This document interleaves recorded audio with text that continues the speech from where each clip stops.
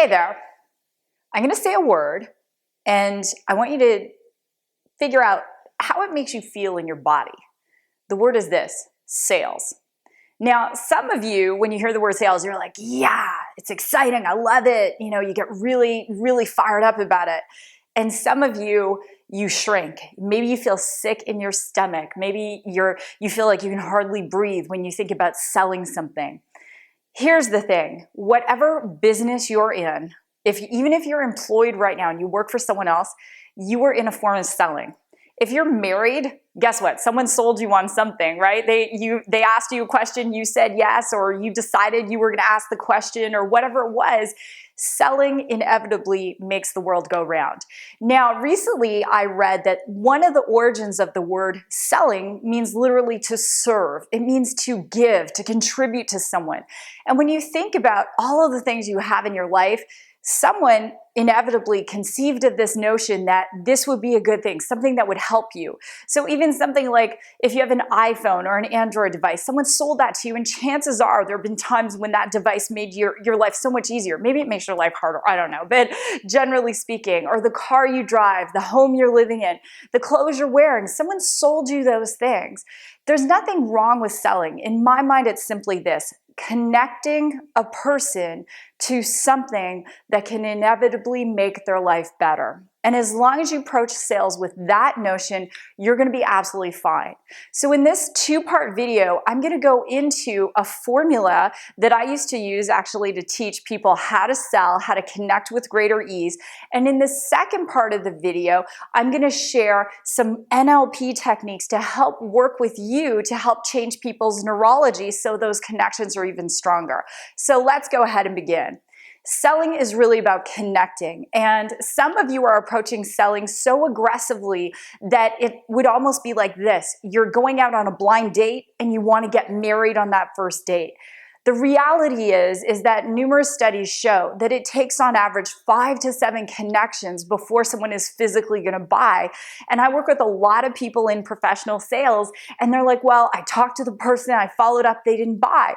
And I'm going, 5 to 7 follow-ups, that's the thing. And in the courses that I teach you how to track the follow-ups, what to say with the follow-ups, how to relationship build and not feel like you're pestering people.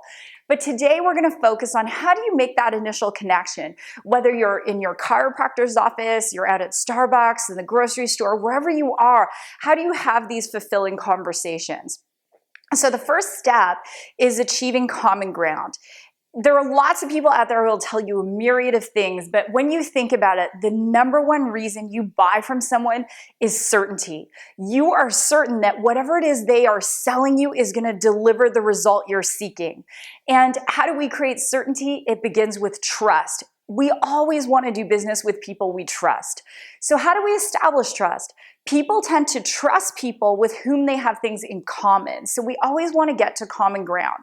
So I want you to imagine you're at the chiropractor's office, and let's say you're in a health and wellness business, and you're sitting there, and you might say to the person next to you, oh, how long have you been coming to Dr. Brown? And they might say, oh, 3 years. And you might say, great, what has been your experience? And they're going to tell you all these things and say, hey, well, I'm a new patient. Thanks for sharing that. And they might say, well, why are you here today? Now you're establishing some common ground. Now that's an easy one. You're both at the chiropractor. There's already common ground. The next place could be even in an elevator. You might make a compliment to someone. Oh my gosh, I really like your shoes, or that's a great tie or a jacket or whatever it is. And they're going to say thank you. Now, if that person is warm and engaging and smiling, you want to find some common ground. Or, how's your day going? What brings you to this office building, or what have you? You can do this on airplanes. You can do it wherever. But without any common ground, you can't go to the next step. The other tip I'll give you is when I'm in a restaurant, I always work on establishing common ground with a server. I might say, hey, how long have you been working here? And they're going to tell me, and I'll say, wow, you're really great at this. A lot of people I know in the restaurant industry have other things on the side. Do you? And they might say, I'm going to school. I've got a band, I'm starting a business, whatever it is. And then you listen, but you find something in their speech, in their language that you can really link onto and that you can find in common. Now, if you're starting a conversation with someone and they're negative, they've got a frown, they're maybe having a bad day, you don't need to take it any further. They're just having an off day. It's not the right time. But if someone comes back to you and they're engaging and building rapport, now you can go on to step number 2, which is affirming.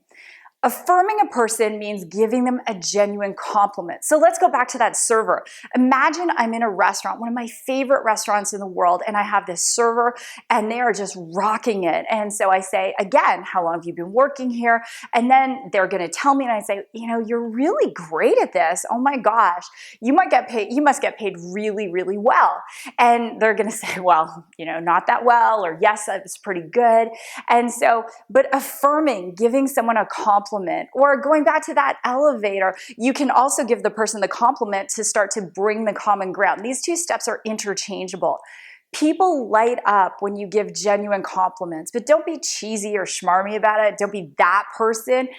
Say it when you mean it. And one of the things that I teach people to get in the habit of, just when they're going out and about, to give a minimum of 3 compliments a day. And it's just incredible. Sometimes we think, oh my gosh, I meant to tell my child's teacher they did such a great job saying you forget. Never be that person who forgets. People will flock to you to do business if you're a person who's positive and people love to be around you. And one of the reasons they're going to love to be around you is because you make people feel good. The 3rd step, and most important, is permission. Never give any information about your product or service without permission. And what does permission look like? So you've established some common ground, you affirm them. Maybe you say to them a question, what is it you do? And then they're going to ask you back, what is it you do? And then you're going to share a little bit about what you do. And then if they say, hey, I'd like to know more about that, now you have permission. I once read a statistic that just in America alone, almost 3 out of 5 women and 2 out of 5 men had been on the receiving end of some form of abuse. And when you think about this, the last time you went into a store and the salespeople were all over you, and if you're in a professional selling environment, just think about this for a moment. Coming up to a person, hi, how are you? Can I help you? And it's so aggressive. Chances are there's almost a 60% chance that you're triggering subconscious emotions for that person of not having permission. And it really takes people to a place that doesn't feel good.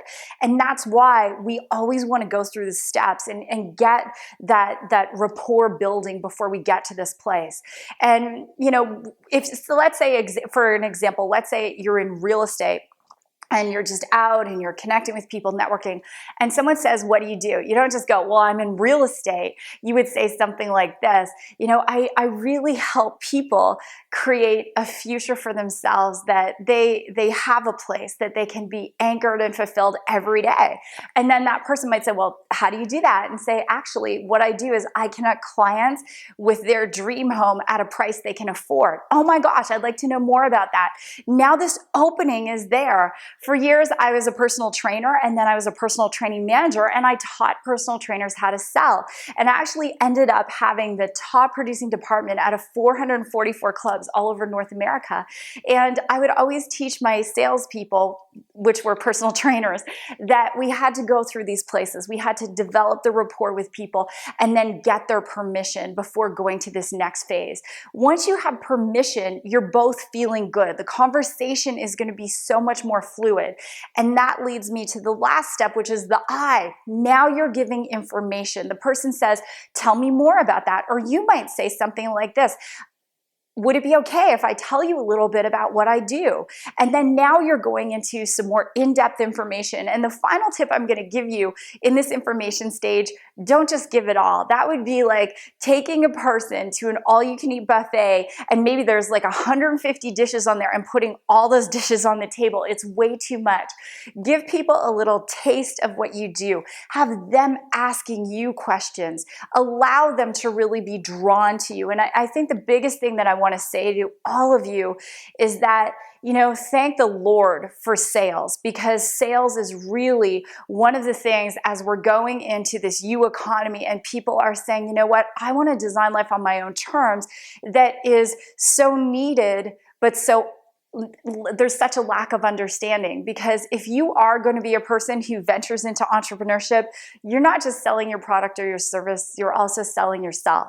So with that, God bless. Come check out my website, www.susansly.com.